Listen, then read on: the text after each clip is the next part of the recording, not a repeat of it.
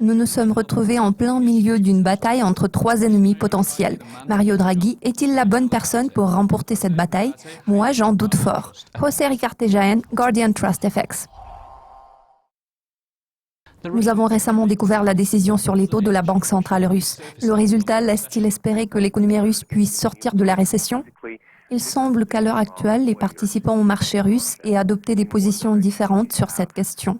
La Banque centrale russe veut jouer la carte de la flexibilité. Parallèlement, nous devons nous focaliser sur les commentaires de quelques acteurs majeurs du marché local. La situation a évolué. Le message clé de cette réunion de politique monétaire est qu'il faut s'adapter au contexte. Donc, dans le cas de la Russie, il est tout simplement nécessaire de faire preuve de souplesse pour être en mesure de s'adapter à la nouvelle réalité économique, indépendamment des taux d'intérêt. Les participants au marché russe feraient mieux de suivre l'exemple des acteurs internationaux. Ils devraient oublier le passé et aller de l'avant. Les entreprises doivent s'ajuster aux nouvelles conditions, notamment en termes de coûts. La Banque centrale n'a plus l'intention d'être leur nounou. La Banque d'Angleterre a laissé inchangé son taux directeur, ce qui marque une pause dans les mesures de relance. Cependant, les décideurs politiques ont laissé entendre qu'ils pourraient abaisser les taux en novembre. Comment en sont-ils arrivés à cette décision? Afin de mieux comprendre les motifs sous-jacents de la Banque centrale du pays, il faut revenir 2 semaines en arrière. Je parle notamment du discours de Mark Carney centré sur l'inflation. Lors de la réunion sus-mentionnée, les décideurs politiques ont eu suffisamment de temps pour discuter de tous les outils disponibles dans l'arsenal de la Banque d'Angleterre et de leur effet potentiel sur l'économie. Si nous analysons certains propos de M. Carney plus en détail, nous nous rendrons compte qu'il avait anticipé cette situation découlant du vote en faveur du Brexit. Il semble que M. Carney soit en train de jouer aux échecs. Ici, il faut comprendre que le Brexit en tant que tel ne s'est pas encore produit. On ne parle que du vote en faveur de la sortie de l'UE. Donc, il n'existe aucune façon de mesurer les conséquences du Brexit. En effet, Mark Carney a tout simplement mis l'accent sur l'efficacité des mesures qui avaient été mises en œuvre jusqu'à présent. La raison pour laquelle la Banque centrale doit toujours être prête à intervenir est qu'elle doit faire preuve de flexibilité. La Banque centrale doit toujours veiller à ce que tous les participants au marché soient au courant des options possibles. Le régulateur doit également leur faire comprendre qu'il est disposé à utiliser tous les moyens dont il dispose afin de stabiliser la situation.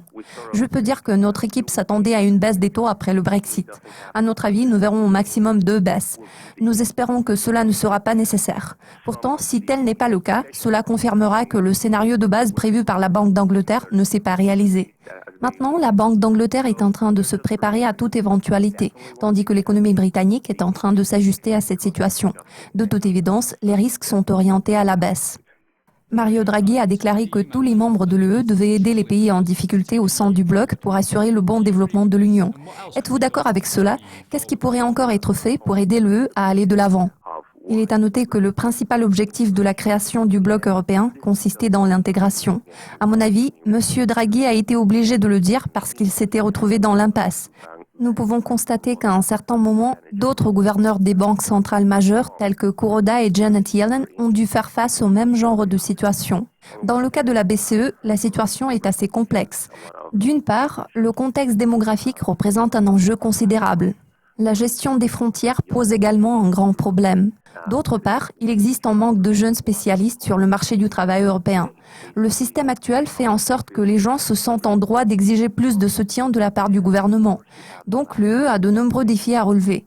En outre, le taux d'inflation demeure obstinément bas, ce qui représente un obstacle majeur pour la Banque centrale européenne. Nous nous sommes retrouvés en plein milieu d'une bataille entre trois ennemis potentiels. Mario Draghi est-il la bonne personne pour remporter cette bataille? Moi, j'en doute fort. Je pense que M. Draghi se rend parfaitement compte que sa marge de manœuvre est très limitée en ce moment. C'est pour cette raison qu'il cherche désespérément à inciter les membres de l'UE à réunir leurs efforts. Cela s'inscrit dans le cadre de l'objectif initial de la création du bloc européen. M. Draghi a dû affronter une situation très difficile au cours des quelques dernières années. À présent, il est en quête de solutions alternatives permettant d'améliorer le statu quo.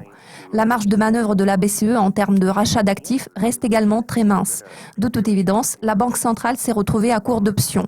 Avant, la BCE rachetait des titres de dette, ce qui a provoqué une pénurie de titres. Pour l'instant, certains estiment que la Banque centrale s'apprête à passer au rachat d'actions. Selon certaines rumeurs, la BCE pourrait se pencher sur le rachat de dettes d'entreprises privées. Merci de vos commentaires, José. Cela conclut le bilan de la semaine écoulée. Restez à l'affût de nos mises à jour régulières pour être au courant de tout ce qui se passe dans le monde de la finance.